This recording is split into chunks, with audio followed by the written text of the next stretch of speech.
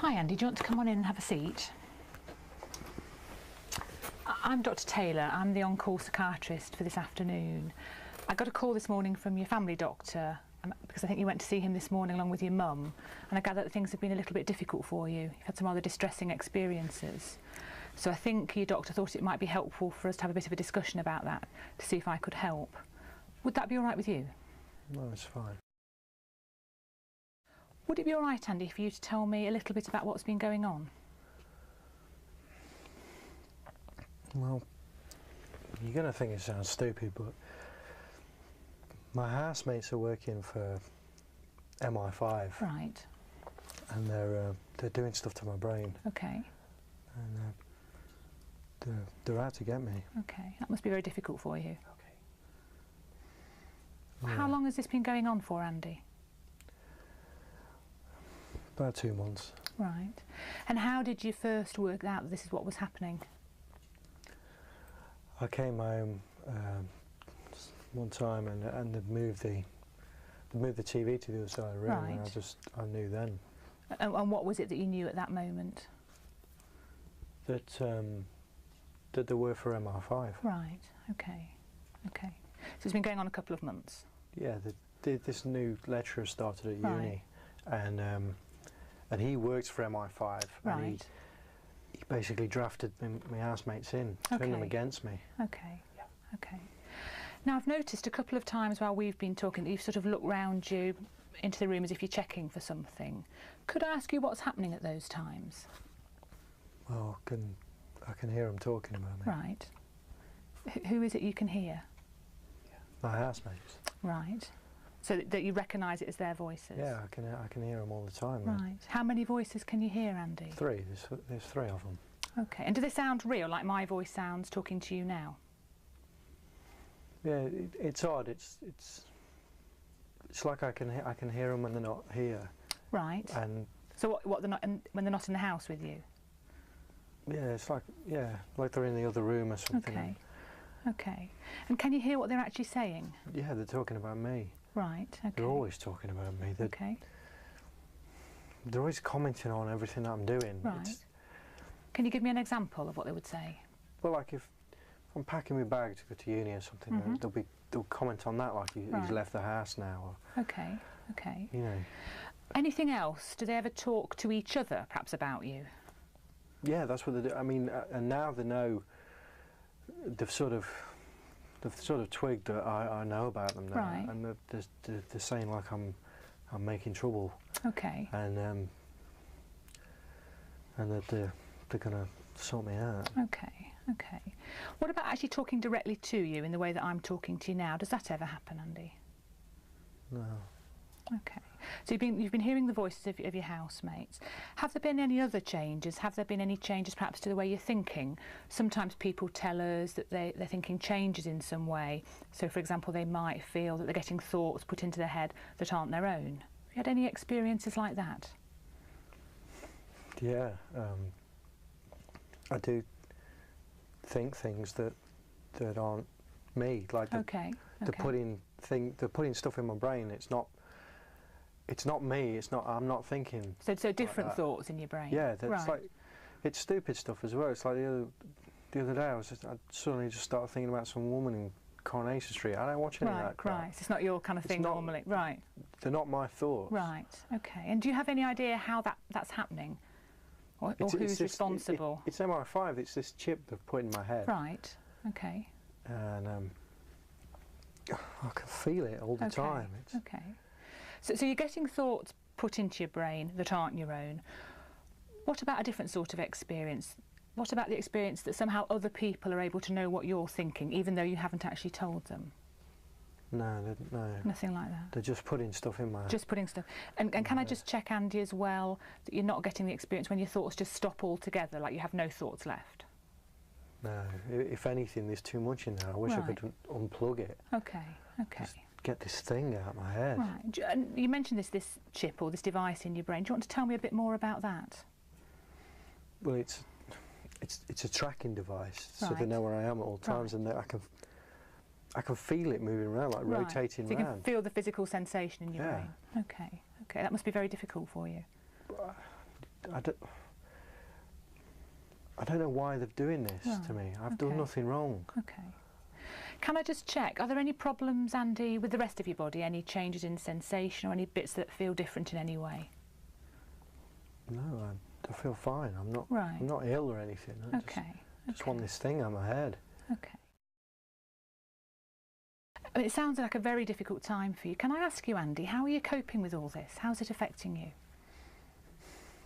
Well, I'm not really leaving my room much, and I sort of have to wait till they go out to go down and get some food, but they've been doing stuff to my food now, so... Okay. What do you think's happening to your food? They're poisoning it. Right, okay. Are you actually eating much at the moment? No. Okay. Now, with all this happening, and this sounds like you don't feel very safe, have I got that right? Okay. Have you felt the need, I don't know, to take steps to protect yourself in any way? Well, I've got a knife. Okay. And I've got like a baseball bat. Right. It's just in case they get in my room. I don't want to hurt anyone. I just feel like I've got to protect myself. It's like it's cornering me to do this. Right, okay. Have you felt the need to use either the knife or the baseball bat so far? To take it out with you for protection? No, I don't want to get caught. Okay, no. okay. It's just in my room. Okay. Has it ever got so bad, Andy, that you felt the need to hurt yourself or even kill yourself as the only way out, the only way of coping with this?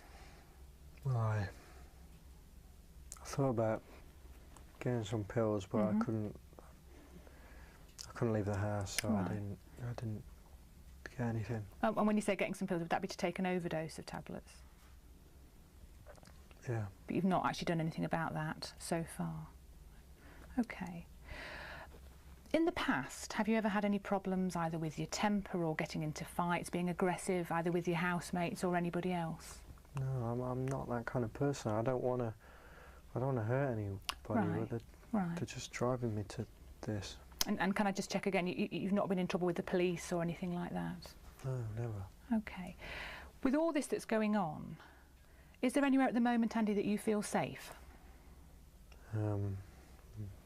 My parents' house. Right, okay. And have you seen much of your parents recently? Yeah, I thought about going back there, but I don't want to drag them into this. I don't want MI5 knowing about them. Right. And throughout this last couple of months, when you've had all these worries, have you ever worried that your parents might in some way be involved in this conspiracy? I thought about it, but no. Okay, okay. Can I just check out a couple of background things with you, Andy? Your general health, is that okay? You generally fit and well? Yeah, I'm not ill. There's nothing wrong with me. Okay. It's just this thing in my head. Okay. And you're not on any regular medication from your own doctor at this stage? No, I don't take any pills. Right. What about other drugs? And by that I'm meaning alcohol, cannabis, pills, anything else? Well, I don't drink much alcohol. Right, okay. And what about drugs like cannabis? Is my mum going to know about this? No, I think it's something that it's important that I hear about, but this wouldn't be something we'd be discussing with your mum. I smoke a bit of weed. Okay. Would that be regularly, so most days? Yeah. And how much would you be spending on weed? I don't know, get like a 10 bag, it lasts me a day or so. Okay. So you have a 10 bag lasting you a day of weed. Any other drugs? I'm thinking in particular things like speed or pills. Done a bit of speed. Okay. Is that on a regular basis, Andy? I used to go out with my mates at the weekend, would do a bit, but... Okay. When was the last time, Andy, that you had had any speed? About a week or so ago. Right. Okay. Any other drugs at all? No. No, but I know what you're getting at though. It's not the drugs. Right. It doesn't matter how my face I get. This is constantly there. It's always there. Okay. I guess the reason I was checking, I think it's what you've picked up on, is that sometimes when people are having the kinds of experiences that you are, they find if they take certain drugs, it can make things feel a lot worse. And I just wanted to check that hadn't been your experience? No. Okay, okay.